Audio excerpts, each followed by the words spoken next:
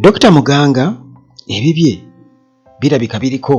ebyokuyiga bingi nnyo kubanga yatuuse n'okusitula bannamawulire n'abatwala mu maka sayidi ze seeta eri mukono gye yakulira kati ng'okunyonnyola kungi mu nsonga eyo kunyonnyola kungi naye alina ensonga gye yakoonyeeko emboozi ye nnyinza obutagikuwa mu mboozi emu nnyinza okukolamu emboozi eziwerako okusobola okunnyonnyoka obulungi kati ku guno omulundi njagala tutunulire ensonga nti bano bawagira Museveni ebbanga lyonna naye ate ensonga z'ayogerako ezamutwala okuva mu Uganda okugenda okufuna obutuuze bw'e Rwanda nga ye bw'agamba nti yafuna bufune n'obw'e Canada olw'okuba wano tewaaliwo mirimu era anyumya butya bannayuganda bwe babonaabona ku airport so nga ate Museveni gwawagira yabadde yeebuuza ki ekibatwala musiza bawarabu mu ddungu wano nga paradise naye sooka owulire Muganga situation gy'annyonnyola y'abannayuganda abatawagira Museveni ate bugwe bawagira amaka agaago mukoze ki mugalabye ewaka mukoze ki era ngenda balambuza wonna wonna mukole ki mulabewo nsomedde wano mu Uganda naye mu mwaka gwa 2000 mugumu namaliriza okusoma ne tutikkirwa mu 2002 nga bannayuganda abalala abavubuka bamaliriza okusoma ffenna twanoonya emirimu abasobola ogifuna ne bakola ki ne bagifuna naye abatasobodde kugifuna ng'era bwe mulaba olwaleero bw'ogenda ku kisaawe Entebbe osanga abaana bannayuganda nga basimbye layini abamu bambadde uniform nga bagenda mu nsi ez'abawarabu okusobola okukola ki okupakasa siyinza kubala bantu bajja wange buli lunaku nga baŋŋamba tuyambe tugende Canada tuyambe tugende UK tuyambe tugende America nabo bagende bakole ki bapakase naye ng'emirimu gikoze ki gibuze wano Uganda nange nakwata ekkubo nenjolekerawa e Rwanda ndowooza owulidde nti ebizibu bannayuganda bye bayitamu wano bye bizibu bye bimu naye kennyini ebya unemployment ebyamujja wano okugenda e Rwanda naye ate abaami bano era still be bali mu gavumenti be batulugunya bannayuganda era be bawagira Museveni ennyo n'okugenda ku mutimbagano n'abamu ne bavuma n'okuvuma era ekyo nja kikuwa mu mboozi yaffeemu tino mu situation eno yennyini batandise okuvuma muli basiru bano be bakola ku airport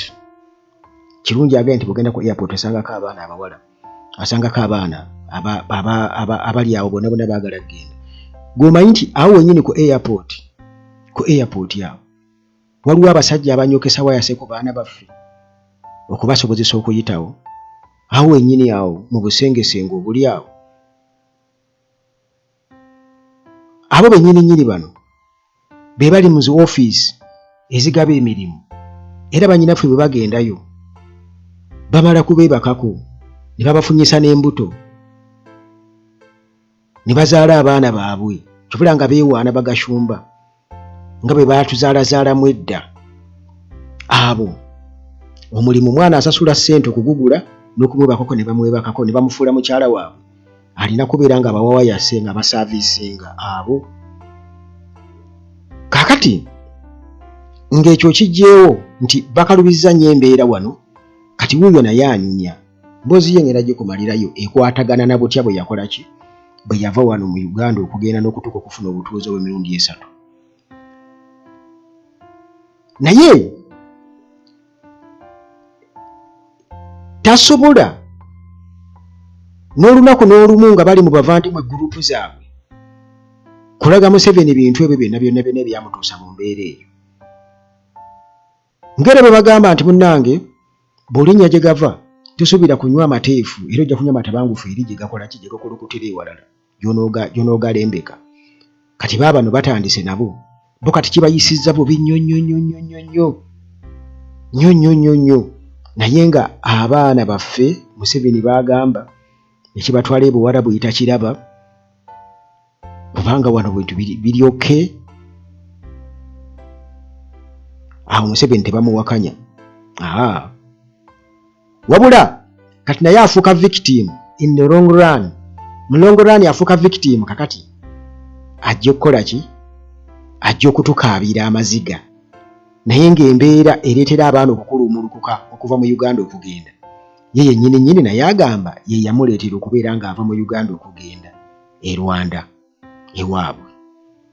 gye yeegaana. Okitegeera? Kati bannayuganda abantu bano era ebiseera ebisinga obungi bw'oba oyogera ebintu negative ku Museveni be bakomenti nga babeera mu comment section nga bakola ki? Twala muli kati olwo biki ebyo bwe batyo nga babuza kubanga balina akagaati kati ono mugagga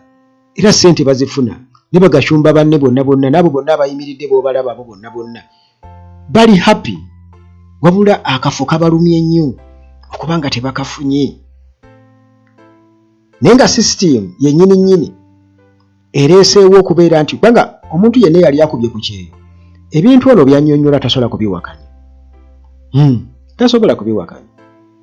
ebintu ono byannyonnyola ate oba abantu abamu batuuka n'okubeera nga beeteekako okulya ebisiyaga naye nga tebabiryangako just olw'okuba alina ebigendererwa ayagala kufuna oba butuuze oba ki naye nga tabiryangako. Kakati siteereza eyo ndala gwali eno tojajinga gwali eno Uganda tokola ki? Tojajinga si discussion yo kubanga embeera togituukangamu. Okitegeera muganda wange kati byannyonnyola bituufu naye bawagira omuntu ebbanga lyonna era bo nga abavandimbe booza Museveni juu kakati Museveni juu. Okitegeera? Naye nga bakugambye nti ebintu byona biriko emboozi eziwerako era ngenda kuzikola nga mu bupaati basi twagala ziwanvu ennyo. Kasooke nkuwa emboozi ye ng'atunyumiza butya bwe yava wano e Uganda ogenda okufuna butuuze bw'ensi endala. Yayogedde bingi byentemyemu ate bingi okukuwa mu mboozi endala naye nga teweerabira nti aba maintenance palace bwe bali ku solar system zonna ze wali badde bwetaaga ate n'aba Hillside View Apartments zisangibwa Janyi ku Entebbe Road. Bw'otugenda mulala kinene kajjansi awo oyitira n'otuuka ku Hillside View Apartments ejanyi ku church owangangangayo. Ate nga nyinayo n'abantu bemmanyi ngende nkole ki nongezeeko nonye emirimu eyo nsobole okupakasa nfune kasente nyambe bazadde bange nyambe baganda bange nyambe abantu bange neŋŋenda Katonda nankwatirako nenfuna omulimo mu kitongole bakiyita Rwanda Revenue Authority nentandika okukola era ndowooza nakola mu bitongole nga 3 oba 4 nange nenfuna kasente naye ate ekyokusalirwa nti akasente ako era nakazangawa Uganda ndabirira abantu bange nekulaakulanye nange mbere ki mbere bulungi naye okusobola okukola mu nsi eyo nga era abantu abalala bagenda mu nsi ez'enjawulo mu butuufu bw'oba ng'olina obutuuze obw'ensi eyo gy'olaze okukola kukwanguyira nange nenkola ki nenoonya obutuuze nenfuna ID nenfuna passport emirimu nenkakala byaki bulungi. Mu mwaka gw'2009 nenkwata ekkubo nenkomawo wane Uganda era ndowooza namalawo nga mwezi gumu nenjolekera neŋŋenda wa neŋŋenda Canada neŋŋenda okusoma. Bwe mmaliriza okusoma masters degree e Canada ne bakola ki? Katonda nannyamba nenfuna n'obutuuze. Bwe nfuna obutuuze obwa Canada kitegeeza nali ntambulidde ku passport yawa ye Rwanda era gye mulaba buli kaseera gye babalaga yaggwako tekyakola era omuntu agamba nti nyina passport 3 aba muki mukyamu nyina passport meka 2. Kakati bwe mbeera e Canada etteeka ly'e Rwanda ligamba nti omuntu yenna anaafuna obutuuze obw'ensi endala oyina okutegeeza gavumenti ya Rwanda oba n'otegeeza embassy ya Rwanda ekuli okumpi nti nkyetaaga okubeera n'obutuuze bwammwe naye singa oli mukikola mu nnaku 9 kitegeeza obutuuze bwe buli muki bufudde buli mu lusuubo bufudde naye ate nze kyenakola nakwata passport gye nalina nenkwata ne ID eby'e Rwanda nembiteeka mu bbaasa nembitwala ku embassy yawa y'e Rwanda Ottawa e Canada nembiwaayo nembagamba naye nafunye obutuuze ki obulala 2019 nenkomawo wano e Kampala e Uganda ng'era mpitibwa okujja okukolerawa wano era ow'ekitiibwa vice president wa Uganda ekiseera ekyo Honorable Edward Sekandi ne right honorable speaker betwasisinkana mu conference emu e Canada waliwo n'omwami omulala bamuyita Dr. Hilary bamukazako Kisanja Dr. Hilary Musoke webale nnyo mukwano gwange nnyo nze kati twamukazako Kisanja bonna ne bansaba nti lwaki tokomawo n'oyamba education sector yawa ye Uganda nange nembagamba bwe munampita nja kukola ki nja kudda ne bampeereza ebbaluwa ne tiketi nange nenkola ki nenkomawo kati bwe nkomawo nentandika okukola ki kukakalabya emirimu egy'enjawulo kati jjukira nti ate etteeka lya Uganda nalyo ligamba kasita ofuna obutuuze obulala